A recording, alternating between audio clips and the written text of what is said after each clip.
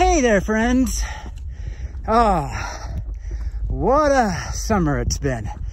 And there are some things that my internship has taught me, yes, about learning to be happy even when lonely.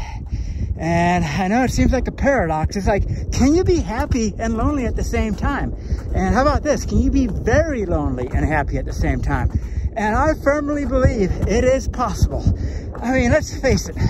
I think a lot of people out there are experiencing some degree of loneliness. And it's hard to say because you can't really quantify loneliness per se. I mean, who's to say that someone who's married, has a good job, successful, they could be experiencing loneliness. As they always say, sometimes being at the top can be a very lonely place. Or maybe someone's divorced and they lost their job. Yeah, that could also cause a lot of loneliness.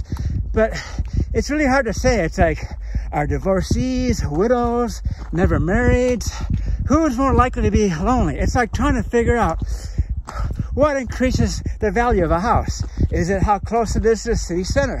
How close it is to the on-ramps? How many bedrooms it has, square footage?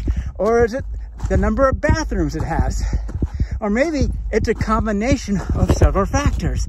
And that, I think, is kind of the same thing with loneliness. I think there are several factors that combine to kind of influence the degree of loneliness someone's going to be experiencing.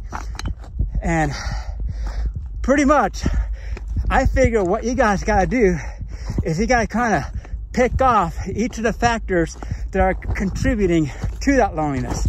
So for instance, I don't want to put myself under undue pressure by thinking like, okay, if my internship doesn't turn into a full-time job, then I'm going to be stuck living in student housing living for another year. So pretty much, I eliminated that pressure. And I just said, regardless of the outcome, I'm not renewing my lease. So that way I eliminate the pressure. And what else I'm doing is I'm also eliminating that contributing factor, which is where I live, living situation. So now I'm reducing the amount of factors that are contributing to loneliness. Because, I mean, I gotta admit, there is no way I could survive another year or longer in student housing living situation. It's like, I'm just like barely hanging on for these last few weeks. And the other thing too is debt. Now, debt, some people say it's like the bane of all existence. And yes, if you're in debt, that can also create a lot of loneliness. But here's the thing.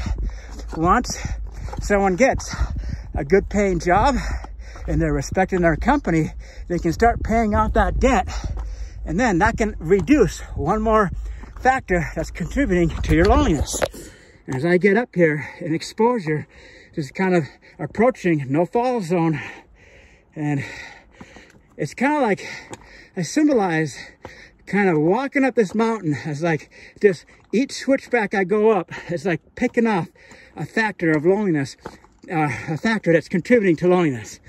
So it's like you just pick one, just start picking them off one by one.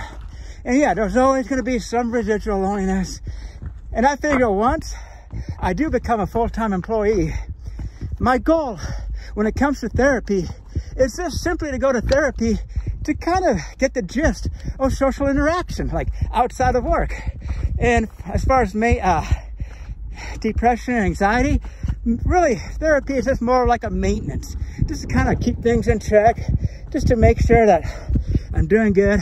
But really, therapy, as far as depression, anxiety should go, once I get a full-time job, I've got a good place to live, I'm paying off debt.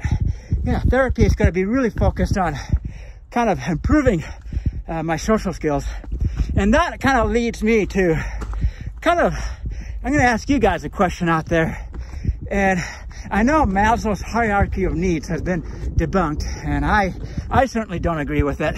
But you got to admit, it seems like in today's society, one has to achieve a certain level of self-actualization to feel good about themselves. And in a sense, in today's world, you've got to kind of earn that sense of belonging. So, and it's like some people will say like, well, if people can accept you for when you're at your lowest, I don't know. It's really hard to say because it's a different world today than it was 20, 30 years ago. And you just gotta kind of you've got to be willing to go along with the flow of society and just, okay, well, I made mistakes in life. I didn't make the wisest decisions back in 2012 and again in 2015 when choosing my degree or some other decisions I made. And so that's on me. There are some people that will completely blame the world and they'll be like, it's all society's fault. They'll start hating on certain groups of people, and that's not going to do you anything. Now, I will admit, now when it comes to the potency of my 2-year software development degree, I will say it is putting my master's in exercise science to shame. That, I will say, literally to shame. There is a lot more support given, especially for veterans in this program. It's like they're even like pretty much making an internship mandatory. So even at the worst, you're still at least going to get one internship out of the program.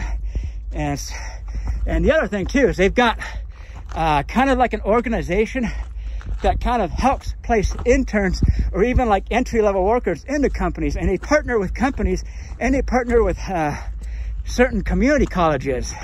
And the college I'm going to is partnered with this organization. And so it's just like this program, I mean, it's just like, it makes my exercise science degree look really sad. And so that's my advice to you out there is you want to look for a degree program that's going to give you that support, that's going to encourage internships, that has like partnership with companies or a partnership with like a kind of like a middleman that helps you place you into a position as an intern or entry-level worker, because that's what you need. And yeah, I'm sure there are some kick-butt exercise science programs out there that do exactly that. And so it's not necessarily the degree per se, but it's the type of program, I guess like how the university structures a program. And yeah, my internship is going pretty dang well. And some things that I gotta say, I mean, this may shock a lot of you out there, but in the last, it's been what, almost 6 weeks now, I have gotten more compliments and praise than I have probably ever received in all my life combined. Yes, I kid you not. It's the culture of the company that I'm interning for. That is pretty intense. And when you get that kind of like praise, encouragement, and they even like mention that's part of the company's culture is praising their employees, like saying good job. And what that does is it boosts your confidence level. And this kind of went back to what I was saying. When you have an increased confidence level, that's going to help you meet people. It's going to help you with dating. I mean, there's just so many things out there. And I'm up here at the top of Table Mountain for a sunset. And I kind of missed the actual sun going behind that peak. That's okay. You guys kind of get the idea of where it is. But actually, technically, the sun really hasn't set yet. So I'm going to go back down behind over here. So I'm not interfering with that guy's videotaping, because I'm sure he's probably filming probably all the mountains around here. So I'm going to go back down. I'm going to go back over that way. So that's I kind of wanted to share that with you guys, because it's just like, and at the very least, I mean, it's like at the very least, I'm at least going to have a very awesome letter of recommendation. And two, it's like interning at the company that you actually want to work for does give you a big leg up. So really, it just comes down to is if they're hiring or not. And it's like, as long as you got a good name and you did a good job, well, it's like once a position opens up, then you're good to go. I mean, it's like you're going to be, I would think that as an intern, you're going to be a lot more competitive versus someone that didn't intern for the company and that's like completely new and especially if someone's got experience working with a particular software. So I just wanted to share that with you guys, because that's pretty intense.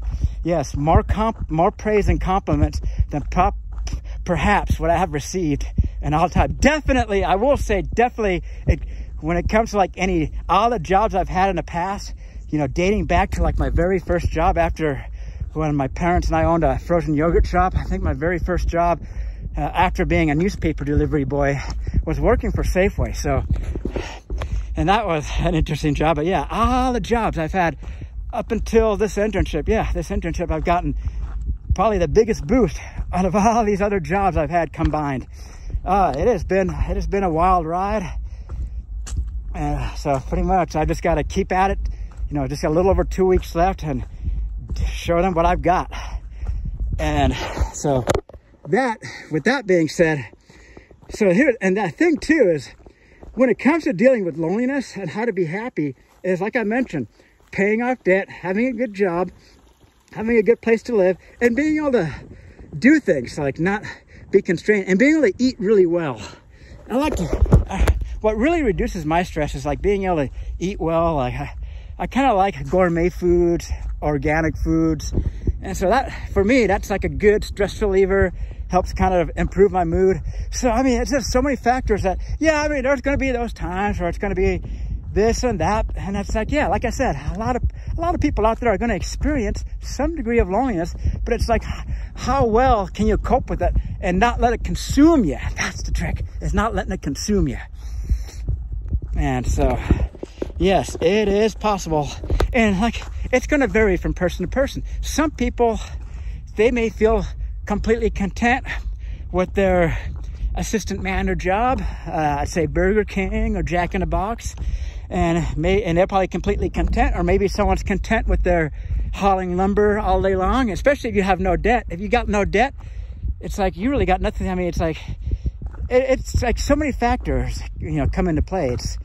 So if you've got no debt, yeah, it's going to be easier to probably fill in that gap with any kind of employment, even if it's like below minimum wage, or just kind of doing like grunt work. If you got no debt to worry about, like student debt, well, if that's what makes you happy, then that's what makes you happy. And like, even you're going to have those days where you feel lonely, but you're not going to let it consume you. So it's subjective. It's a combination of factors. It's like your upbringing, what kind of environment you grew up in, you know, what your demographics, what's everyone around you. It's just so many factors when it comes to loneliness. It's not an easy thing to really solve. So that's it for now. I don't want to make this too long, but kind of just finish up by showing you guys these awesome views up here. Yes, this is sunset from the top of Table Mountain. Artist Point is right down there. And let me just go back up here, show you guys this. And yeah, so you heard it, you heard the truth. It is possible to be lonely and happy at the same time. And so the goal is just to make the happiness supersede the loneliness and not let your loneliness get out of control. So with that, guys, my friends, take care, and thank you all for watching. Peace.